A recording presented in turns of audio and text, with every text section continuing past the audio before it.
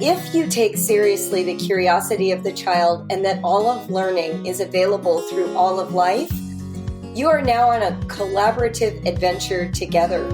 And that nourishing experience creates profound bonds between human beings. You're listening to Julie Bogart on Psychologist Off the Clock.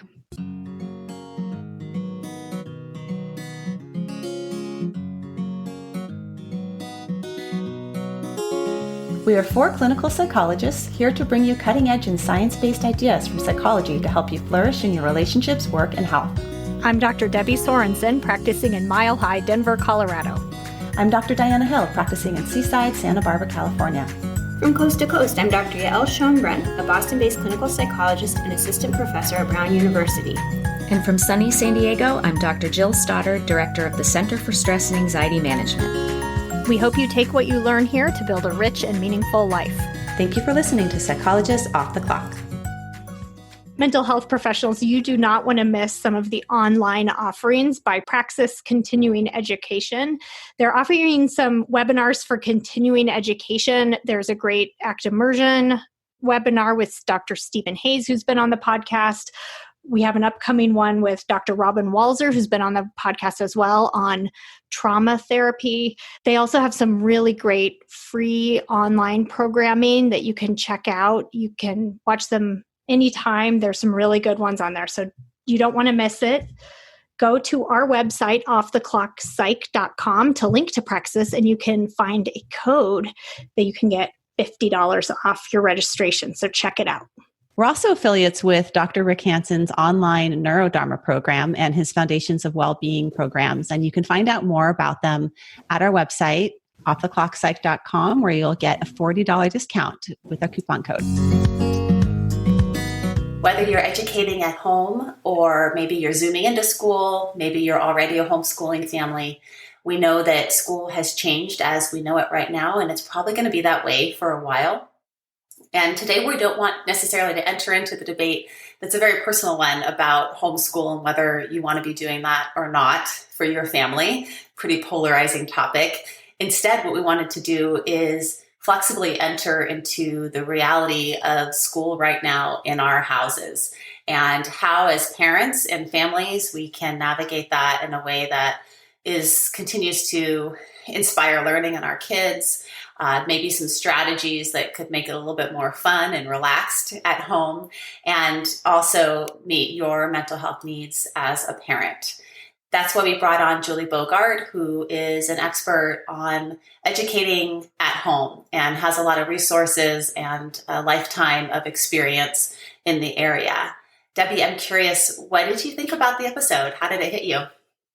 Well, I'm one of the reluctant educating at home people that she talks about. I did not really want to be in this situation, probably like some of our listeners, and I really don't plan to do it in the long term. So I kind of was honestly a little skeptical, thinking, I don't know if I really want to hear this, but it was reassuring. I mean, I think I always loved school, right? Myself. I love my kids' schools. I love our teachers, our communities. And so I was pretty bummed out when the schools shut down, and I don't know how much longer this is going to be going on. And so to me, this situation, I think, has been pretty stressful and hard in a lot of ways. And so I think the idea of learning strategies for helping kids learn at home, I thought, I don't know about this. But honestly, I found that she just helps you think of it in a different way. And it is very reassuring, because I think what it made me realize, Diana, is that my kids learn a lot at home.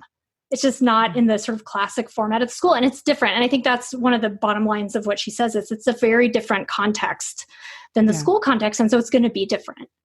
It's so great that you use the word context, Debbie, because the whole time when I was listening to the interview, of course, I have it with the ACT lens on.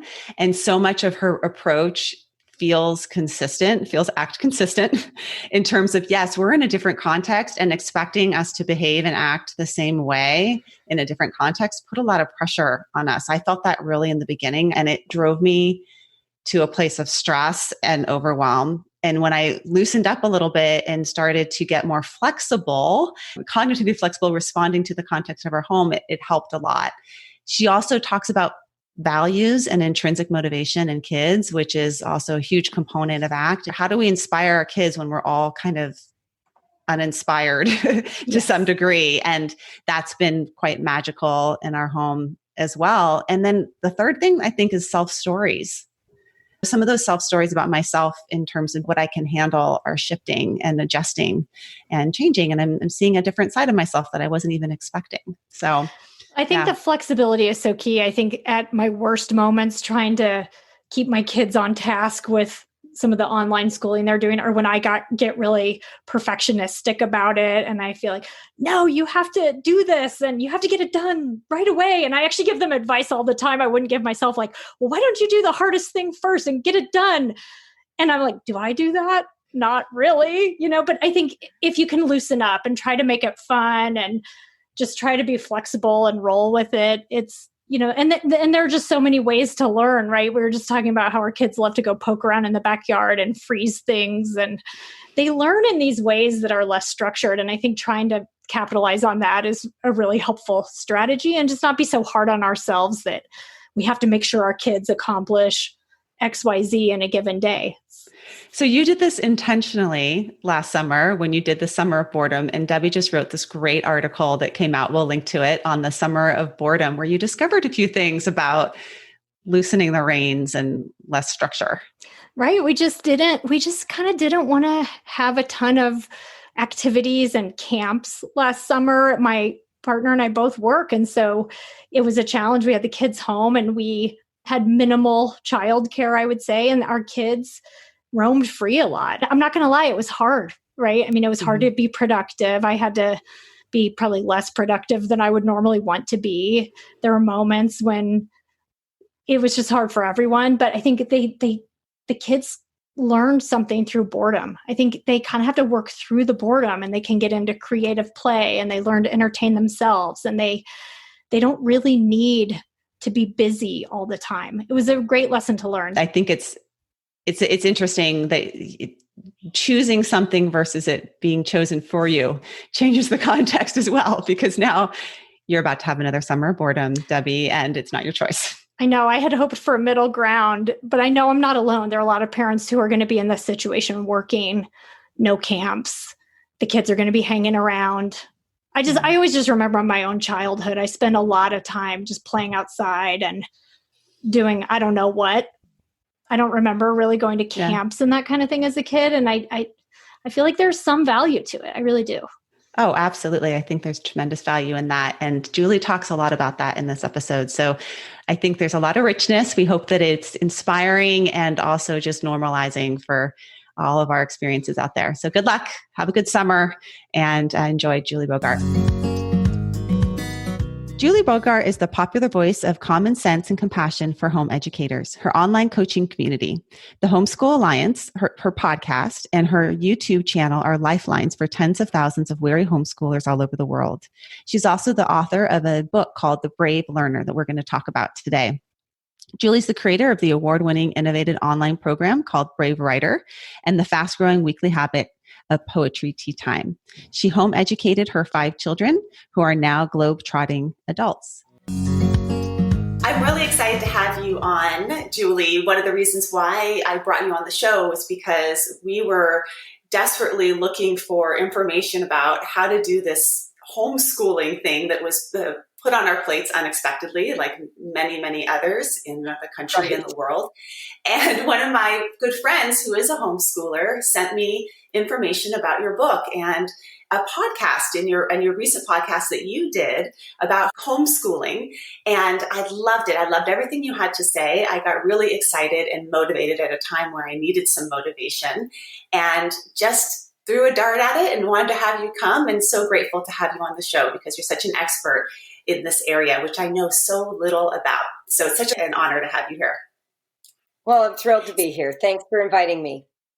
For those that are doing some homeschooling right now, not by choice, but by just it being the nature of the times, if you could just introduce to us some ideas around how is doing school at home different, and some maybe tips and tricks that may be helpful for us to just wrap our minds around doing this at such an unexpected time. Yeah, I think one of the intriguing features of this situation we're in is that for decades, there have been homeschoolers by choice who've sort of been educating their children off stage at home, right? I mean, you might run into a homeschooler, you might hear about homeschooling through a movie or a television show, but most people who are in the mainstream haven't really thought about what goes on behind that closed door. And suddenly now everybody, millions of families who never expected to have any ounce of empathy for what that experience might be like, are thrust into it dead center with the responsibility of execution. And of course, what school children are doing at home is different than a typical homeschooler. And what homeschoolers are doing during the pandemic is different than what they typically did when they were homeschooling outside of a pandemic. So the first thing we want to acknowledge is everybody is in a somewhat new circumstance, and we're all navigating the stay-at-home or shelter-in-place order differently from each other, whether our kids are logging onto Zoom for a public school distance learning experience, or you're keeping your kids home as you always have, but now there's no soccer, no taekwondo, no visiting friends, no park days. So all of us are navigating the home space in new ways. And the first thing that I like to say to everyone is, remember that you're at home. The tendency, even for brand new homeschoolers by choice, is to imagine school at home. And I've seen a lot of articles, listened to a lot of radio interviews where the professionals who are experts in education or psychologists, but who have not been home educators 24 hours a day for, a decade or more, are making interesting suggestions that homeschoolers have already discarded. So let me give you an example. One of the most common suggestions is to set a dedicated space in the home for learning, that it should have a desk, that it's a place you go to and you stay there and do your work, that you set up a schedule. I even heard one expert on television say children should get up and put on whatever clothes they would have worn to school, and you should use a little bell to signal when the class is over to give them as great a school similarity as possible. Well, let me just reassure everyone listening, homeschoolers have already tried that. Yeah, that's not happening in our house. Right. Yeah. We all begin with this idea that school is something different and we should import it into our homes. But what you discover, and I'm sure most of you have learned already in just a few weeks, is that children have an internal rebellion against turning the place they love, where they relax and get to be themselves, into a place where they perform. It's not that they don't like school, it's that school is designed for a certain experience, and home is not designed for that experience. Home is designed to let your hair down. I take my bra off, right? I put on my flip-flops. I open the refrigerator and I stand there for 10 minutes trying to decide what to eat. Nobody's deciding that for me. I can go pee whenever I want without a hall pass. I can ask a question without raising my hand. So when we bring in this notion of, well, the desk is over here and you have to follow a schedule and wear a certain kind of clothing and behave like a school student, there is a part of us that rebels. And we see it even in the work from home experience right now.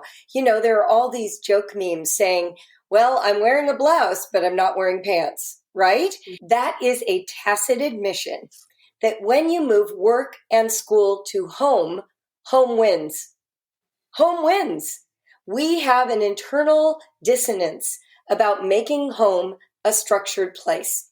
So the beginning of wisdom for working at home or schooling at home is to actually not resist the properties of home, but to embrace them and allow them to deliver the results you're looking for in those two arenas. What we've noticed in our family over the last period of time is embracing the emergent learning that's happening, because how it started was, okay, we're supposed to follow the script that our teachers were sending us in these files.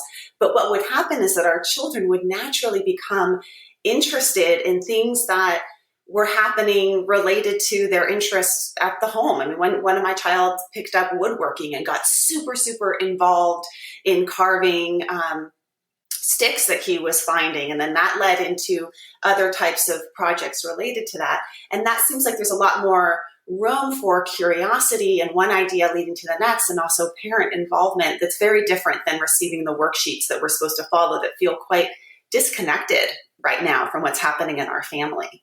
It's amazing that you say that. So most of the interviews I've done were at the beginning of the pandemic. What's happening now is I'm hearing every day from parents saying some version of what you just shared with me, that they are discovering that their children have worthwhile curiosities, that they have time to take risks, to grow, to pursue something without having to give it up to get in the car and go to the dentist or go to the soccer field. So there is a rediscovery that learning is an inherent experience for children, and they don't have to be marshaled all the time and told what to value in order for them to be curious and find things of value for themselves. And I know there's always been this worry that if you leave kids alone, they're just going to play video games all day. But what's fascinating about this pandemic is that the video games are receding in importance for everyone, because that if that's all you do, eventually it's wallpaper, right? It just stops being interesting. And so children with some free time, with parental support, with the participation of a caring adult who is devoted to them because they have time to be, children flourish. They start learning things that you didn't even realize were hungers inside of them. So that's really exciting to me. I've been listening to your book, A Brave Learner, and it's inspired me to take some risks in this arena, because I think there's a fear on one end that children will play video games all day. There's another fear that I think a lot of us which is, are kids not going to learn the curriculum, or they're going to get behind in some way? Like there's some timeline out there that we're all trying to make sure we follow so that they complete fourth grade. And we took the risk with the video game idea in that now we're watching master classes on how to design video games. And it felt like I'm going into territory that I shouldn't be, but it's been liberating to let my child explore what he wants to explore. How do we deal with, as parents, that fear around we're going to get behind, or we're not following a curriculum that we're supposed to be following? Such a great question. So the beginning is to realize that any learning your kid needs to accomplish between 6 and about 12, most parents who've completed high school can do that quite easily. I mean, even I forgot how to find common denominators and had to relearn in my 30s. And I remember thinking in 7th and 6th and 5th grade that was a really tricky process, finding common denominators, dividing fractions. I was not good at math, and I remember that being painful in my youth. Well, at 34, it wasn't. I looked at the instructions like, oh, yeah, this isn't hard. I sat down, I showed my child, he learned it. So the point is this: between sort of 0 and 12 years old, I remember a friend saying, any book will do, because the bottom line isn't the book. The bottom line is provoking curiosity. It's making the lesson meaningful and relevant enough that your child cares to learn it. And that, of course, is where my book comes in, The Brave Learner. I have spent a long time distilling this insight that the homeschooling movement has to contribute back to the story of education. And what we've discovered is that it needs to be a lot more collaborative and taking advantage of the properties of home. So let me talk for a moment about some of those properties. For instance, when I wanted my kids to learn poetry, I knew that most adults I know hate poetry. They look back to, 10th grade English and remember dissecting some, Percy Shelley poem that they hated. And they think I would never want my child to have to learn poetry, but I know he has to, so good thing school's handling it. And we just keep perpetuating this cycle of hating poetry. Well, I was an anomaly. I actually loved poetry. Why? Because when I was in 6th grade, my grandfather bought me a poetry book on a trip to New York City and mailed it to California. So it came as a surprise package, not even on my birthday. And I loved reading. So I started reading this poetry book, and it was a read aloud poetry book. So I would read the poems to everyone in my family. Well, my mother saw me take interest in that, so she bought me a card game that was Rummy using the names of poets. So I started learning all these poets' names, which made me then want to read their poetry. There was no one telling me that I could read it or shouldn't read it or how to analyze it. I was just immersing myself in this world of gorgeous language. So by the time I was an adult, I actually had a lot of love for poetry, was not afraid of it. But I knew that my kids could be turned off. So the first thing I did is I thought, well, what do my kids love? They love parties, especially tea parties. I drank tea a lot, and we used to do the British high tea thing some afternoons for fun. So I thought, well, what if we make a British tea party, and then I distribute poetry books, and we all just take turns reading poems? So we did that on one Tuesday morning because, Tuesday tea time, alliteration. And it became such a habit. We did it every week of their childhoods. And all my kids in college found a way to share poetry with their friends. One of them started a poetry slam, which became the most popular extracurricular activity in the whole college. My son, who was a resident assistant in his dorm at Ohio State on a boys' floor, led poetry tea times in his dorm room. And my two daughters started online magazines for poetry and writing that involved their friends, and one was recognized by the English department at University of Pittsburgh. In other words, they never saw poetry as something to overcome. It became a meaningful part of their lives. Why? Because it was a part of a natural context that felt celebratory, that invited them in, rather than requiring something of them. I love that. I also love that it does include some structure and routine and predictability, which I think sometimes people think of, homeschooling is just going to be all over the place if I don't create a plan. But there's a way to create plans and structures and routine that are creative and fun and interactive. And I one of the things that I appreciated in your book as well was your just discussion of taking an idea or theme that a child is interested in and then how to spread that out across all the different disciplines. You have this metaphor of countries that you talk about. Can you describe that? Yes, absolutely. So I call this the continent of learning. And I have a principle that you can teach everything through anything, and you can teach anything through everything. So what do I mean by that? For instance, let's just take an abstract subject like history. We think history is a subject, but history is a description of what happened. So there has to be content there. It's not, describing something invisible. It's describing something tangible. So could we learn the disciplines of how to do historical research by examining the history of video games? We could. Could we use the tools of history to examine the history of music?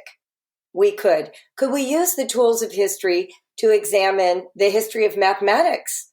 Yes, because history as a subject, as a discipline, is a skill set that we apply to real things.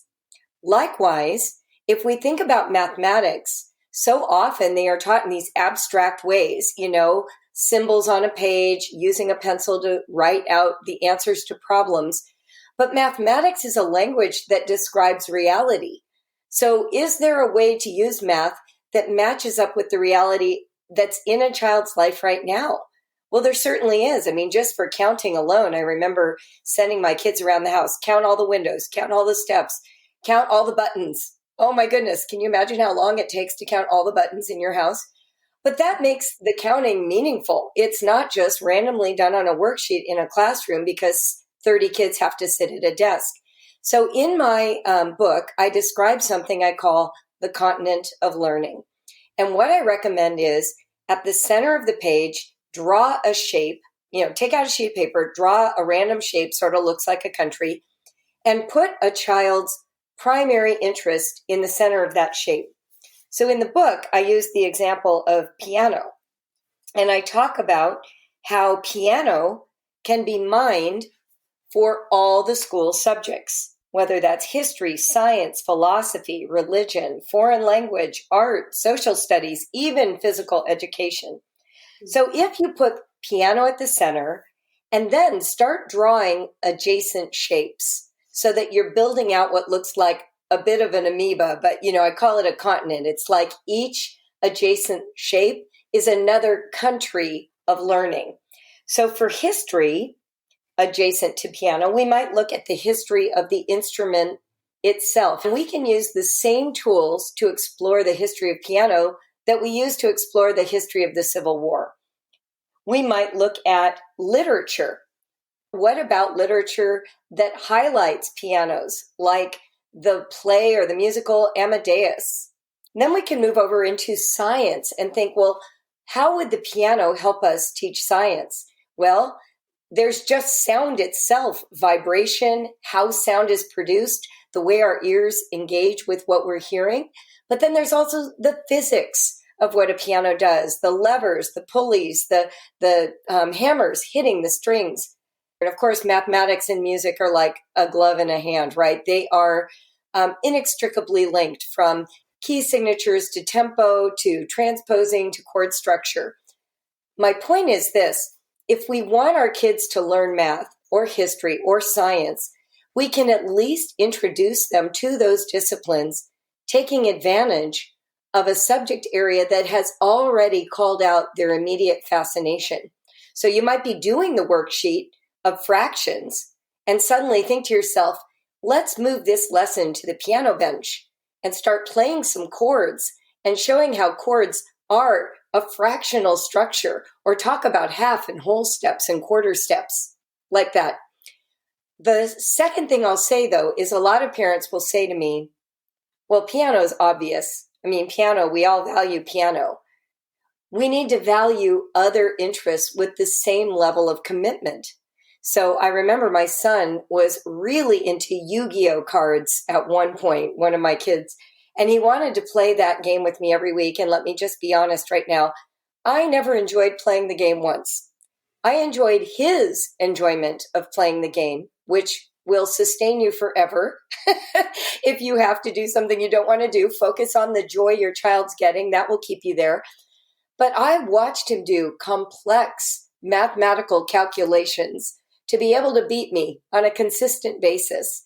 He grew his skills of literature and the narrative arc and an understanding of power dynamics through playing this card game that I was able then to exploit when we would be reading a history text. And I would talk about power dynamics, and the wars were just military might against each other, similar to the guy with the kickflip and the other guy with the lightning strike.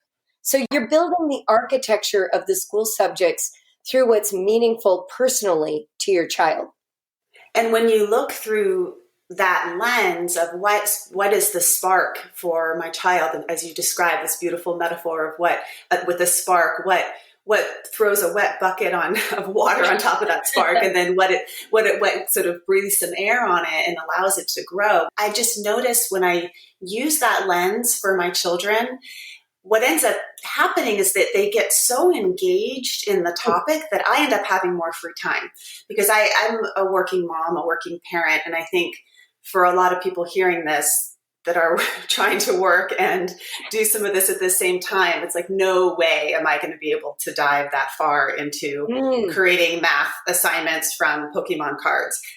But I actually find that when I'm using content that my child is interested in, I have so much more time available, because my child will go into it for hours on end and explore it and have freedom and excitement and wants to wake up and get started again right away on the project they're working on, which is way different than me having to sit there and kind of force them to keep at it with the worksheets. It's just, it's been free in a lot of ways. What a beautiful, beautiful assessment. I think the biggest fear of parents is that they will have what I call the wandering nomad syndrome. A disinterested, bored, not engaged child wandering through the house complaining that there's nothing to do. And of course, I talk a lot in my book about ways to keep all the toys from becoming wallpaper and so familiar that nobody wants to play with them anymore. The main route, which you have so astutely identified, is finding that piece of an interest that a child wants to deep dive into. I remember, for instance, and it doesn't have to be super elaborate. We're not necessarily talking about building a small village in the backyard, using only natural tools and ingredients. We're talking about something that hooks their imagination. And I remember my son, Jacob, my third child, he got really fascinated at one point in his life with dominoes and houses of cards. He was just curious about how to knock over the dominoes in a million different ways and how to build card houses that would not fall. And I think that's such a worthwhile thing to point out. My nephew right now is 5 years old, and he and a little buddy are digging trenches in the backyard. They consider this the most important work on the planet right now. These two families are sort of quarantining together so the boys can continue to play. And every day, they put on their overalls, they tie a bandana around their heads, they go out with their little shovels, and they've gotten down now to 9 feet deep. These are 5-year-olds. And my sister was saying, it's amazing to me how we would see that there's no value in that. And yet in their minds, it's this hard work, discipline, and persistence. What's it teaching them? Sometimes what it's teaching is so internal, you can't even quite observe it. But when you see that level of, okay, I'm going to set up all the dominoes again, even though they just fell down, to try and get them to all stand for a longer stretch, there is a hard work, a persistence, a willingness to beat the odds that is going into the character building of that child for future challenges. And that's part of the education at home. So I love that. Can you share a little more about how your child got interested in woodworking? Because I think it's such a good example. Oh, there's so many examples that are starting to be outgrowths in our home. I mean, yes, one is one of my children got his old knife out and started exploring, just starting with carving. And then we got out woodworking tools. And now he's out there with his glasses on and woodworking and carving away at things during the day. And part of that can also include math into it in terms of looking at measurements and size and how he wants to put things together. My other child, he's a real comic book fan. And so we asked him the question that you posed in your book is, if you had all the money and all the time in the world, what would you want to be doing? And he said he wanted to be writing comic books. And so I just gone with it. Last night we were looking at a Big Nate comic book together, and we were noticing how the faces have these incredible expressions and how much the illustrator is able to describe the emotion that the little figure is feeling just on the expression of the face. And then it turned into this whole psychology conversation about how do we communicate emotions to each other by body language and facial expressions. So we started leafing through the book, and without reading anything, I'd point to a character and say, what do you think he's feeling? And what do you think she's feeling? And it was, and how do you know that? Right? So here we are doing a psychology lesson at 8:00 at night in bed, and he's super into it because it's his passion. So it's just this, got this ball rolling for me of thinking about school differently. And I love how you say it never ends. It's not like something that happens between 9 and noon in the morning, and then we can just go have fun. We're finding that this school experience or this learning experience is all day long. And now that I have that lens on as a parent and I'm playing a more active role, it's also been rewarding for me and connecting in a way again with my 10-year-old. And it's just gotten stronger because of this approach. One of the things that I want to highlight of what you said that I just thought was so beautiful is that you weren't coming to him with a prepared lesson. You were inspired by his curiosity and allowed yourself to take those next logical steps of pursuit. I think too often adults feel like it's their responsibility to already know and then to present prepackaged containers of information to be digested by the child. But if you take seriously the curiosity of the child and that all of learning is available through all of life, you are now on a collaborative adventure together. And that nourishing experience creates profound bonds between human beings. My 5 kids are so close with each other because they have spent thousands of hours together, reading books, sharing poetry, watching television, playing board games, playing video games, playing outdoor games, going on hikes, watching birds, listening to music, talking with their parents at length because we were available so much. There is a culture of shared learning as a style of our family life. It's who our family identity is. And I think that's the thing that is sometimes missed in this big discussion about education. When school is happening, when you send a child to school, I mean, it can't be helped. They associate learning with that building. They have been told this is where the learning happens. So when they come home, they're ready to relax, sort of like when we leave work. We just want to relax. We don't want to have to think about that anymore. And then parents are actually robbed of the opportunity to participate in that learning experience that went on in that building. And so it becomes more of a logistical relationship with a lot of affection, of course, but there isn't that sort of collaborative adventure feel to what they're learning. I mean, it happens sometimes, but I'm just saying in general. So when the kids are home, I think what parents are discovering is, oh, wow, it's really fun to see the lights go on. This is like back when my baby first rolled over or my toddler first walked away from me. I'm seeing the lights go on about psychology, about reading, about calculation. And that is just such a shared bonding experience. It's a treasure. Yes. Also, what I've noticed as my children get older is that all these things that are happening at the school. And then as a parent, I kind of think, oh, well, the school's taking care of that. As opposed to, no, I can participate in that. That learning can be happening in the home and at school. And whether or not people decide to continue to homeschool after this pandemic, or who knows what the schools are going to look like in the fall in terms of how much is going to be at home, or classes might, kids may be at home more because they're staggering classrooms. I think that one thing that may come out of this for parents is the experience of learning with their child and this involvement that they could carry forward, whether or not their child returns to a brick and mortar school. And I think there's a real value in that. 100%. Yeah. And in fact, one of the cool things about the feedback I've gotten on the Brave Learners. So the first time at the beginning, a year ago when the book came out, the primary audience is already homeschoolers who do it by choice. But as the year went on, we started to see parents with kids in traditional school environments coming to me and saying, this is a parenting book. This isn't just about homeschooling. Yeah. And I think that would be the takeaway I hope parents do have from the book. Because what I'm asking for and what can be accomplished is choosing to make those opportunities happen with your family.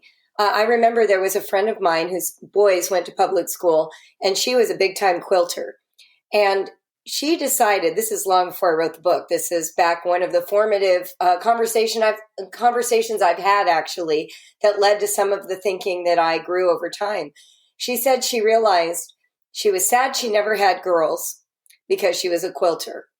And then one day she woke up and thought, wait a minute, why can't my boys sew? So on a weekend, she taught them how to use a sewing machine, and they got so into it that they started waking up an hour before school every day. She bought a sewing machine for each boy, and they each sewed their own quilts for their own beds before school every day for an hour. And she said it was the most pleasurable part of her day with her sons. Now, back when I heard that, I was already a homeschooler, but all I could think was, oh, that's what this is. That's what learning actually is. That's passing on the family. Every family has a particular genius. So she's passing on the family culture, the family genius. She's passing it on to the children she has, not the fantasy children she didn't have. And she found a way to incorporate it into their lives, even though there was a school experience happening simultaneously. I just thought that was so beautiful. So for For those of us that may be interested in transitioning to homeschool after this experience, what ideas do you have around that? How to make that transition? Well, I love that you're asking the question, because what we've noticed in Brave Writer, the company that I own that teaches writing and language arts to kids, we've noticed a huge uptick in new customers, and they are new kinds of customers. They are not like our usual, and they are mostly in the category you're describing. Parents whose kids have come home, they have had a chance to experience this different kind of learning with their kids. They're seeing that it's possible to work from home, and they're suddenly wondering, well, can we just keep this 3-ring circus going? Yeah. So, or are we crazy or are you crazy? Well, I will start by telling everyone who's listening, I have always worked while I homeschooled. So just so you know, I homeschooled for 17 years. I worked as a magazine editor, a ghostwriter, a freelance writer, and then an entrepreneur. And 5 kids. 5 kids. Yeah, right. And 5 kids. And I threw grad school in there at one point too. But so the point is, it is possible. You know, I want you to really know that it is possible to work from home, to even work enough to support your whole family, which eventually I did, and homeschool your children. That said, a lot of people who are choosing it now have not done the slow ramp up that most homeschoolers do, which is you've been hanging out with friends who homeschool, or you go to church with homeschoolers, or you've read a slew of books and now you're convinced.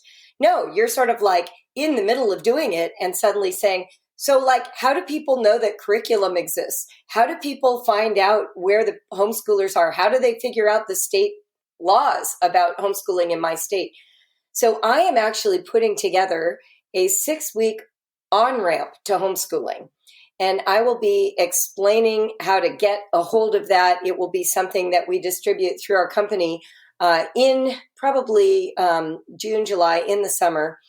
And we are preparing parents for that experience. But here's the shorthand for that transition. Go to Facebook and Google a homeschool support group in your area. Almost every city in the country is going to have a Facebook group for that homeschooling community. Now, these might not be your people, because a lot of homeschool groups break out according to religious faith. But those people are still going to be your best resource for information. Like, are there, let's say you're a Christian and you just found the secular group, are there Christian groups? Or let's say you are a person who wants your kid to be a part of a Taekwondo group in the middle of the day. Homeschoolers are going to know if those exist and where to find them.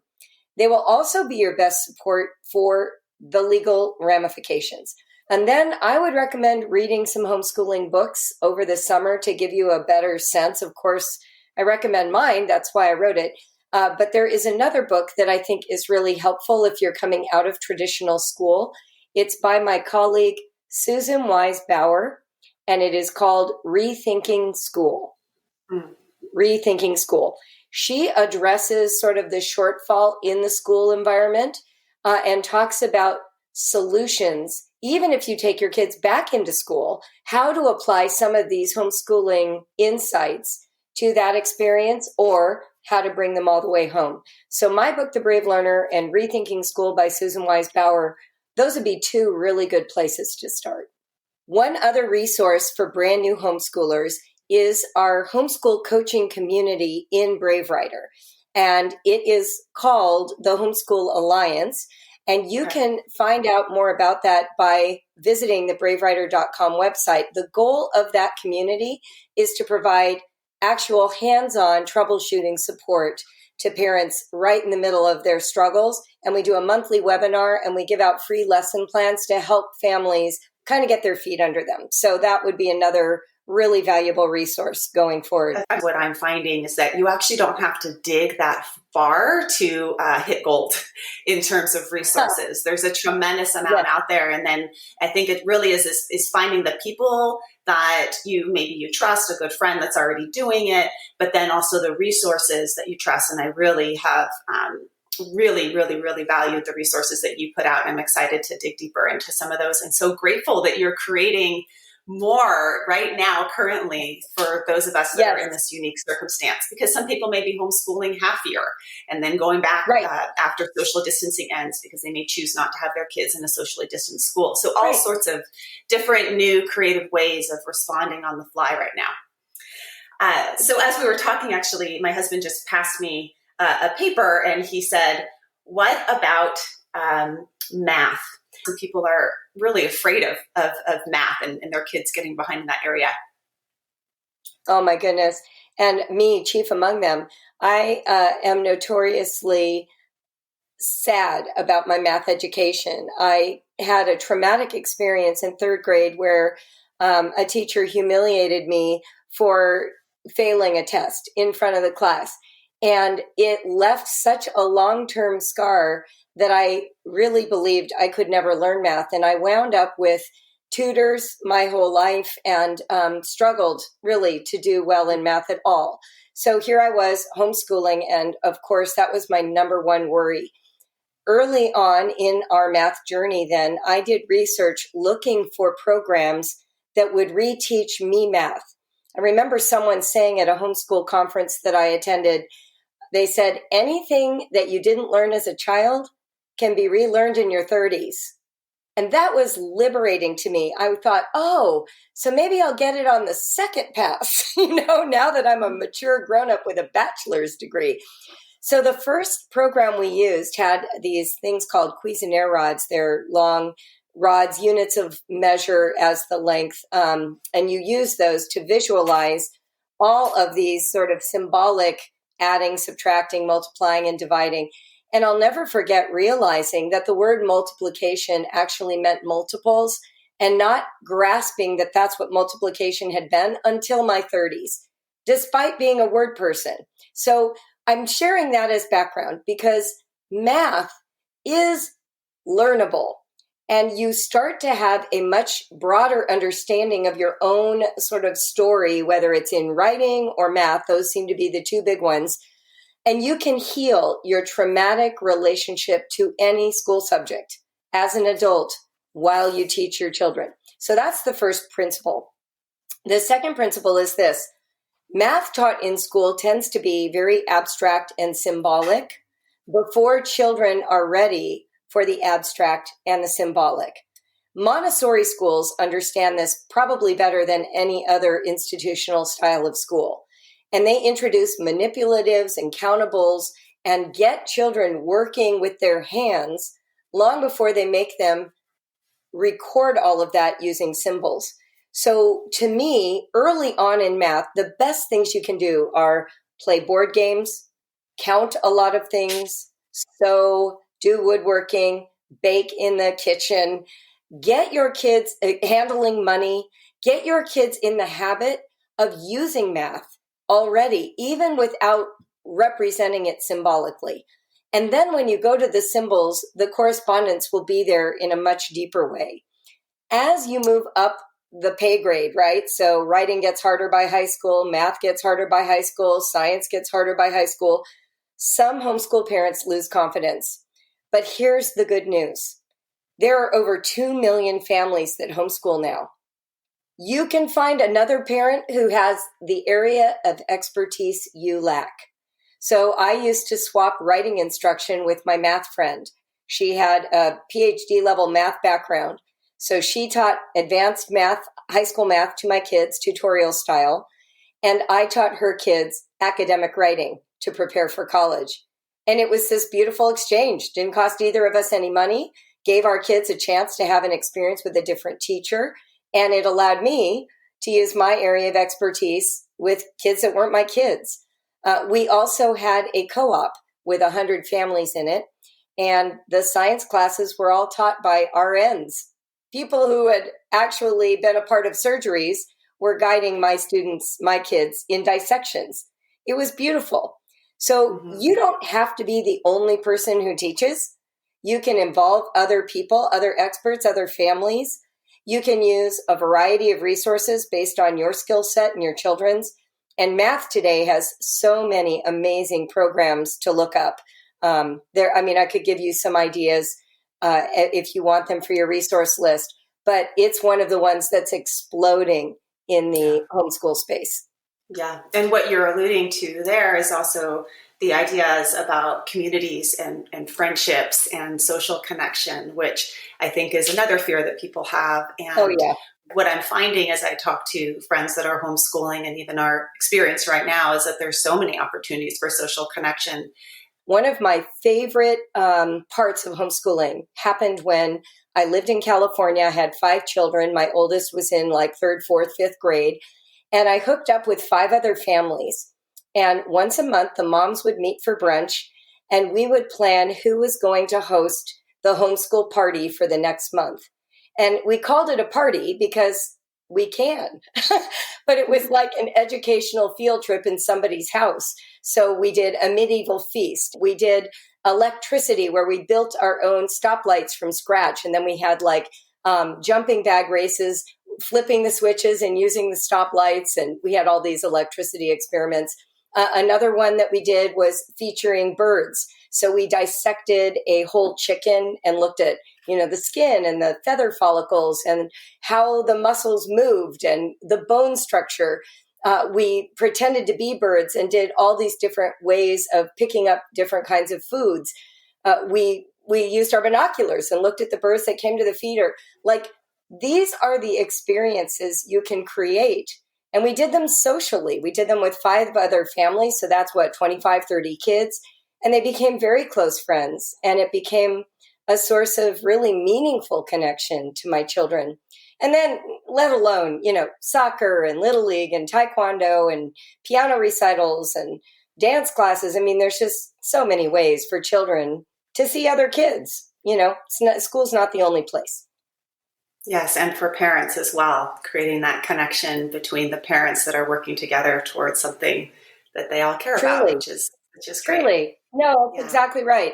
And, when you create like a co-op setting, one of my favorite things about it was that there was always an hour or 2 a day where I would just get to sit with the other moms and chat. I didn't have to schedule a coffee date. I didn't have to put my kids somewhere so I could see a friend.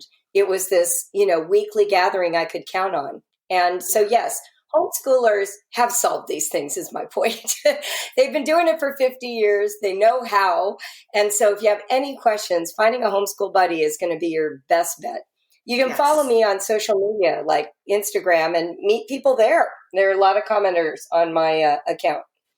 Well, I have one last question for you. What about when we're just too exhausted to do any of it? Because I get really super creative and it sounds fun and exciting. And then there's some days where I've just got nothing. And whether you're working from home and trying to do this at the same time, or you've chosen to homeschool, I think that's an experience that many parents have. So any tips around that? Yeah, exhaustion is real. I mean, it's real even when you aren't homeschooling. Parenting is exhausting. Working is exhausting. Managing your own life is exhausting. We want to pace ourselves. And one of the ways we do that is we take care of our own mental health. I know it's just the most trite example ever, but we put on our oxygen mask first, just like on a plane. And the way to do that is to actually be interested in something for yourself. A lot of times we think self-care is, the bubble bath and the bar of chocolate and, some moment of meditation on a beautiful sunny deck somewhere. Those are helpful, absolutely. But what I've noticed recharges parents, adults, especially adult women the most, is pursuing an interest that they have, whether that's learning to draw realistically or taking up distance running or becoming a knitter or, everyone's making sourdough bread right now. Why? Because there is something very nourishing about giving the gift of a new experience to yourself, something that you own, that's yours. Homeschooling can be depleting if it's only ever focused on what your children want to do. And what I've noticed is if you take charge of your own interests and give yourself permission in the middle of the day in front of your kids to pursue those interests, they actually feed the homeschool. You are modeling for your children how to pursue something. You are externalizing the joy of discovery and learning. And you are giving your kids a chance to be your biggest fan. And they want to be. They want to admire you. They want to cheer you on. They want to comfort you when it's hard. And that reciprocity goes a long way. So taking care of yourself, getting inspired for yourself, and having that feed you. And, yes. And also the experience, it mirrors the experience that your children are having. Yeah, and Wonderful. I know that can sound like I'm just adding one more thing to your plate. So if you're in such a catatonic state that sounds depressing and not enlivening, then yeah, you need a break. You might need to just say, we're not doing these Zoom calls. We're taking a month off. We're going to just live and nurture our home and play board games. There is no rule around how to take care of yourself. What we want to do is take care of ourselves. So if you're at that depleted state, it's okay to admit it and to ask for help, whether it's from your family itself or having a therapist or, I always have a therapist that I'm a Californian, right? So that's part of the pedigree of coming from LA. That's how I stay well. Well, thank you so much, Julie. This has been such a treat to have you on and learn from you. And you've been a bit of a lifeboat for me over the past few weeks. So I really encourage people to check out The Brave Learner and also look into some of your other resources, and we'll link them all here. Oh, thank you, Diana. I loved hearing your story, and I'm very much looking forward to seeing how this pandemic transforms how we all see children and education. I think there's going to be some really rich fruit from it. Thank you for having me. Thank you for listening to Psychologists Off the Clock. You can find us on iTunes, Facebook, Twitter, and Instagram. Please help us out by writing a review on iTunes. We'd like to thank our interns, Dr. Catherine Foley-Saldana and Dr. Katie Lear. This podcast is for informational and entertainment purposes only and is not meant to be a substitute for mental health treatment. If you're having a mental health emergency, dial 911. If you're looking for mental health treatment, please visit the resources on our webpage. We're at offtheclockpsych.com.